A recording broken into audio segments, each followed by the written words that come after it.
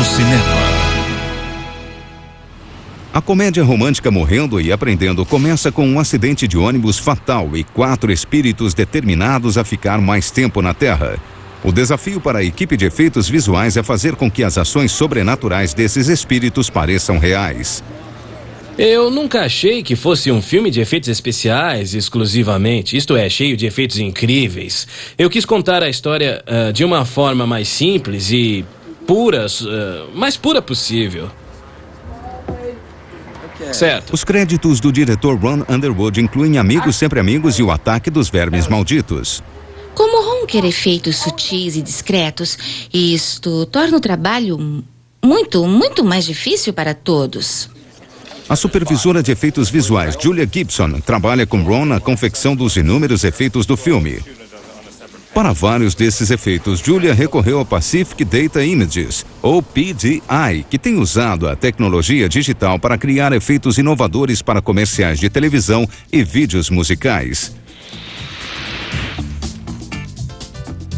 Em 1990, a PDI se aventurou no mundo do cinema construindo um dos primeiros scanners para filmes de alta resolução.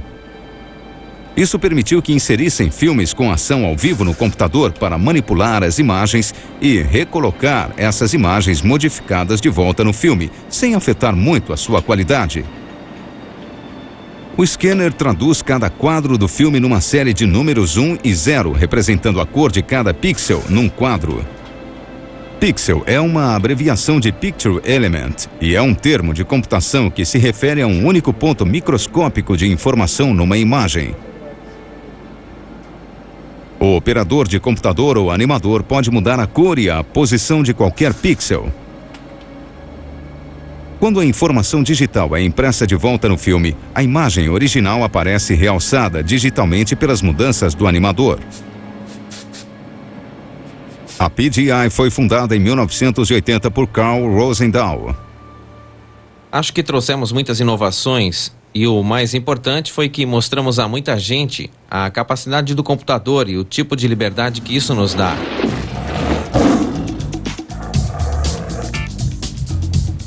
A PDI se transformou numa inovadora dentro do campo especializado do realce digital. Quanto aos dados... Os resultados da perícia da PDI podem ser vistos em Sonâmbulos, onde os atores se transformam em criaturas monstruosas. Como a tecnologia digital ainda está se desenvolvendo, cada projeto exige técnicas novas para solucionar novos problemas. Uma das coisas divertidas sobre essa indústria é que você não consegue antecipar tudo o que precisará fazer no próximo projeto ou no posterior. Para Morrendo e Aprendendo, James Dixon, da PDI, supervisionará a criação dos efeitos digitais com a ajuda de 12 animadores, trabalhando durante um período de 5 meses. Podemos dividir o trabalho que estamos fazendo em Morrendo e Aprendendo em 3 categorias diferentes. Existe a adição de itens a uma imagem, existe a remoção de itens e ainda há a manipulação de vários elementos para criar um efeito visual. Um dos usos mais frequentes da subtração digital em filmes lida com a remoção de fios. Antes da existência desse processo, as pessoas suspensas no ar ficavam presas por fios muito finos.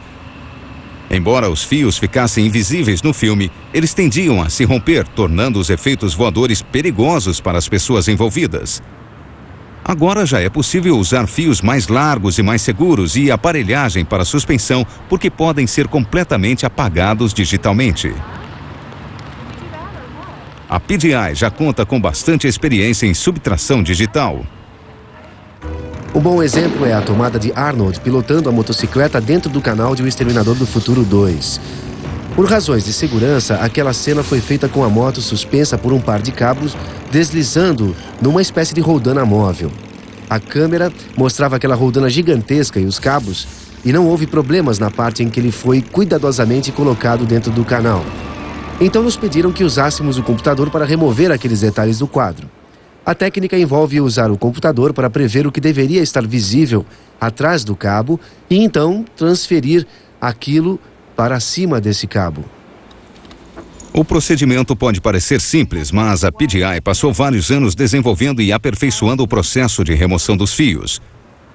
Na locação em São Francisco, a equipe de Morrendo e Aprendendo está suspendendo 4 dublês bem acima das ruas. Dizem que foi a mais difícil remoção de fios já feita em uma tomada. Amy Slate, uma animadora sênior da PGI, ficou encarregada dessa cena. Há muitos cabos. Eles cobrem toda a tomada. É uma tomada longa. Há uma câmera e pessoas se movendo. Há fagulhas, flashes, há fumaça. Os fios se sobrepõem às pessoas e há todo tipo de problema nessa tomada. Usando um programa de propriedade da PGI, Amy passa vários dias removendo meticulosamente os fios da imagem. Mas este é só o primeiro passo. Neste quadro aqui, a principal área com problemas é aquela em que os fios passam sobre o rosto. Veja, por exemplo, o rosto dessa pessoa. O que eu posso fazer é remover uma parte do rosto dele momentos antes de o fio cruzar aquela área. E aí colá-lo no quadro seguinte. Veja como vai ficar. A única área que ainda me incomoda é a do rosto de Harrison. Então resolvi pintá-lo à mão. E aquela parte que está bem ruim, ou seja, quando ele vira a cabeça. Sobre o rosto? Isso. O realce digital avança mais um passo quando o voo das almas adquire velocidade. Os animadores resolveram delinear as várias partes do corpo. De cada uma dessas partes, o computador produziu uma forma que aparecia flutuando logo atrás, como se fosse soprada atrás de cada pessoa voando. Graças à magia do realce digital, na tomada final os fios desapareceram enquanto os 4 espíritos voavam através de São Francisco. Utilizada para adicionar elementos-chave a cenas importantes. Por exemplo, as bolas de beisebol acrescentadas à ânsia de viver transformaram esse ator num lançador de primeira. Tivemos condição de fazer aquela bola ir da mão dele exatamente até a luva do apanhador.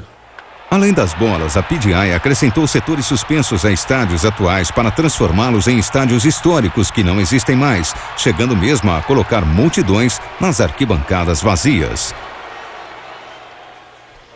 Em Morrendo e Aprendendo, a adição digital permitiu que houvesse uma improvisação contínua durante as filmagens.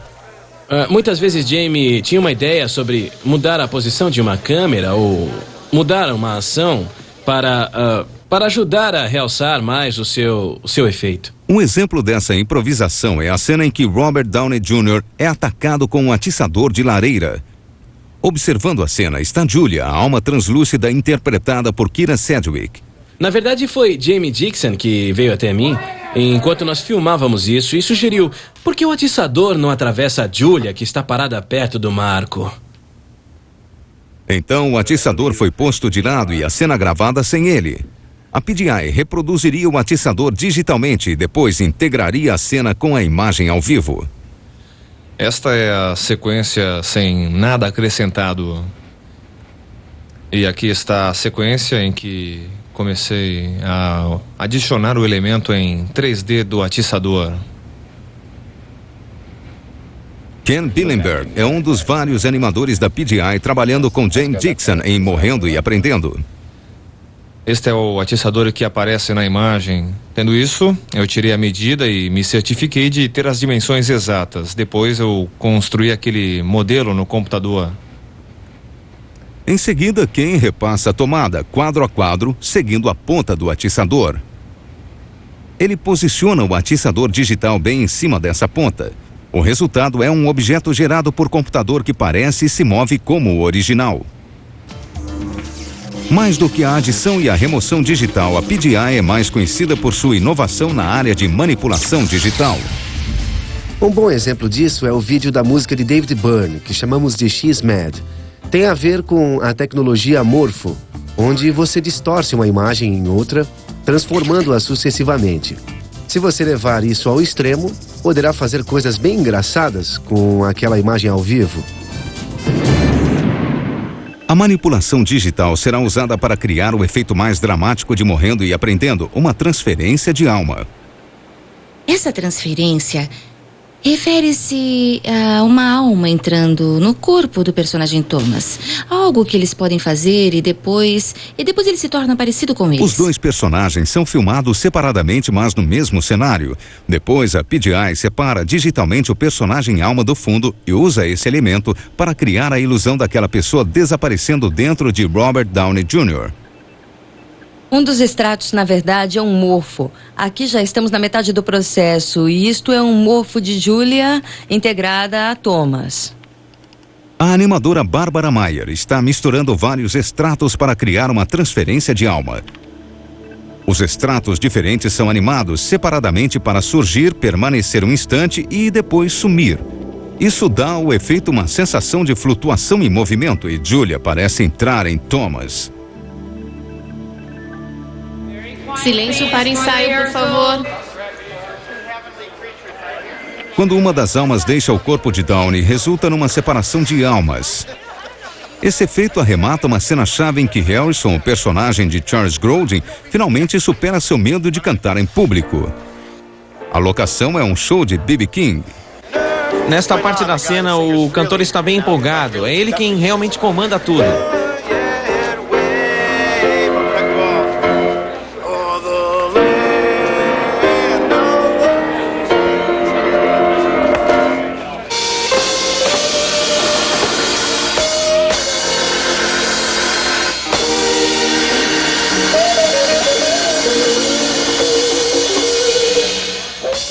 Após cantar o hino nacional na pessoa de Robert Downey Jr., Harrison se curva e sai do corpo de Downey. Gostaria que fosse mais solene. Na subida? Levante-se. Fizemos com que os dois atores repetissem o mesmo movimento sob um comando, do tipo contagem, inclinar, 1, 2, 3, de pé, para obtermos o compasso e assim parecer que estava acontecendo ao mesmo tempo.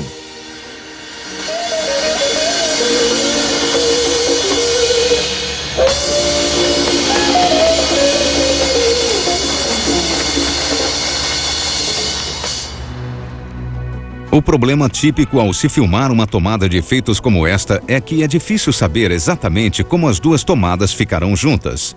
Nós estamos juntando rapidamente as peças e o resultado é uma pequena versão da tomada final.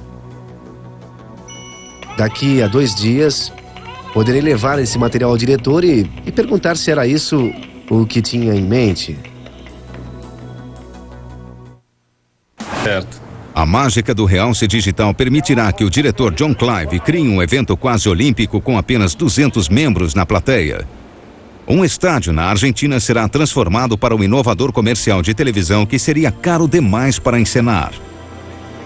Acho que ele foi um sucesso porque sem a tecnologia digital ele não teria sido feito. Mesmo que tivéssemos tido condições de gastar, jamais poderíamos ter alterado as coisas como fizemos se nós tivéssemos filmado tudo de verdade. Robert Greenberg é presidente dos estúdios digitais RGA em Nova York. Famoso pelo uso inovador de aplicações para a animação por computador, a RGA foi uma escolha natural para esse comercial revolucionário. O reduzido número de extras será usado para as tomadas em close. As tomadas panorâmicas combinarão computação gráfica com uma multidão ao vivo de um jogo de futebol de verdade. Começamos preparando o estádio. Havia algumas pessoas sentadas na arquibancada, mas nem todos os lugares estavam tomados. Então mudamos grupos de pessoas de lugar para encher o estádio. O diretor de computação gráfica, Joseph Francis, trabalhará com 2 outros animadores da RGA durante as 8 semanas de produção. Eles usam a subtração digital para remover túneis e outras partes indesejáveis do estádio. A adição digital é usada para acrescentar uma silhueta da cidade e estrelas. A mais importante adição gerada por computador será de 3 a 4 mil cartões que formarão cada uma das enormes fotografias. Tivemos de passar por várias fases a fim de viabilizar o uso dos cartões dentro do estádio. Esse estádio apresentava 2 tipos de setores, um deles era reto e o outro curvo. Para o setor reto, Joe cria uma série de cartões que podem ser inclinados em perspectiva para combinar com o ângulo de inclinação das cadeiras. Para o setor curvo, como as fileiras têm mais cadeiras à medida em que sobem, será criado para os cartões um padrão semelhante a tijolos sobrepostos. São tiradas fotos de cada tomada que posteriormente serão formadas pelos setores do estádio com cartão. O filme de 35mm é escaneado para um CD de fotos. Isso o converte ao formato digital. A equipe de criação pode corrigir as cores e manipular as fotos, mantendo a qualidade da imagem. Um dos problemas que temos com esta foto é a expressão no rosto da menina. Alguma sugestão? Ok, havia uma outra foto que gostamos. Por que não tentamos transferi-la para esta foto? Certo. Agora vamos posicionar a cabeça e... Após cada foto ser aprovada, sua textura é mapeada nos cartões gerados por computador.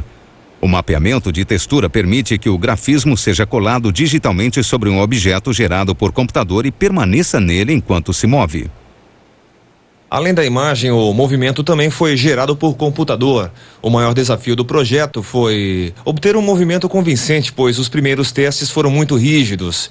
Era muito preciso e mecânico, deixando óbvio que resultava de animação por computador.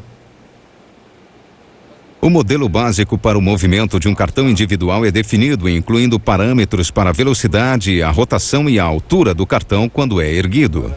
Usamos o computador para avaliar todos os parâmetros individuais daquela elevação. Assim, damos a impressão de que os cartões estão sendo erguidos por pessoas de alturas diferentes, em velocidades diferentes, em momentos diferentes. Para dar uma aparência mais realista aos setores com cartões, Joseph programou o computador para aleatoriamente virar certos cartões bem depois ou mesmo de cabeça para baixo.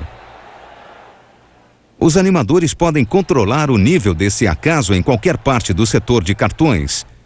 Isso permite que conservem a clareza em áreas detalhadas da fotografia, enquanto permitem que outros setores pareçam mais caóticos. Com a inclusão de sombras e fogos gerados por computador, o filme da ação ao vivo e do grafismo digital se mesclam de forma convincente. O resultado é uma poderosa narrativa visual, tornada possível pelos avanços do realce digital. Bem, se quiser saber onde vai chegar o cinema e como ele vai ser, basta olhar em que ponto está o vídeo digital atualmente. Essa mesma tecnologia será usada para se fazer filmes de cinema e irá mudar o processo dramaticamente, assim como mudou a propaganda. Vai ser bom. Certo, então você se afasta para que ele possa assumir essa posição. Eu não quero deixar o Robert nessa posição mais do que o necessário, tá certo? Vamos lá. Seja criando comerciais ou filmes, o poder dos efeitos digitais traz mais liberdade e flexibilidade. Eu tinha um conceito, uma visão original dos efeitos. Eu fazia os storyboards e, ao trabalhar com a PDI, vi que tentavam outras coisas e percebi que podíamos fazer mudanças sutis na tela e melhorar o efeito bem mais do que eu era capaz de... bem mais do que era capaz de imaginar. Isto nos permite conseguir uma atuação ótima ou até mesmo mudar o desempenho de um ator. Numa tomada, eles conseguiram fazer um dos atores piscar, pois ele não piscara no quadro certo em que deveria ter feito isso. Acho que ainda não podemos dizer que tudo é possível, mas chegaremos lá. Mais do que ser possível, é o que é o prático. Saber usar bem as ferramentas, poder manipular a realidade, além do que a câmera mostra, e dar aquele toque fantástico que faz todos nós, fãs de cinema, arregalar os olhos e dizer: uau! Nas mãos dos magos dos efeitos especiais, em estúdios digitais como PDI e RGA, o computador se tornou uma ferramenta poderosa que oferece possibilidades ilimitadas aos cineastas e que dá nova criatividade ao mundo da magia do cinema.